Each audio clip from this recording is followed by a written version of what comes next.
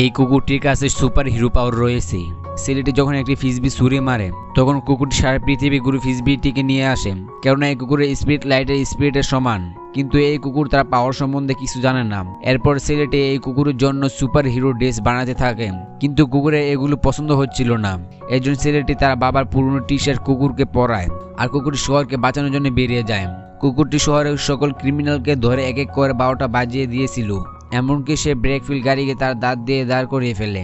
আর এই সব কিছুর জন্য সে শহরের আন্ডারডগ নামে পরিচিত হয়েছিল আর সবার সুপার হিরো হয়ে যায়। কিন্তু একদিন শহরে কেউ বোম লাগিয়ে দেয়, যেটা কিনা কয়েক মিনিটের মধ্যে ফাটবে, আর সেটা খবর কুকুরটি জানতে পারে। এই জন্য সে শহরের মধ্যে অনেক বড় গর্ত করে বোমটি সেটার ভিতরে রেখে দেয়।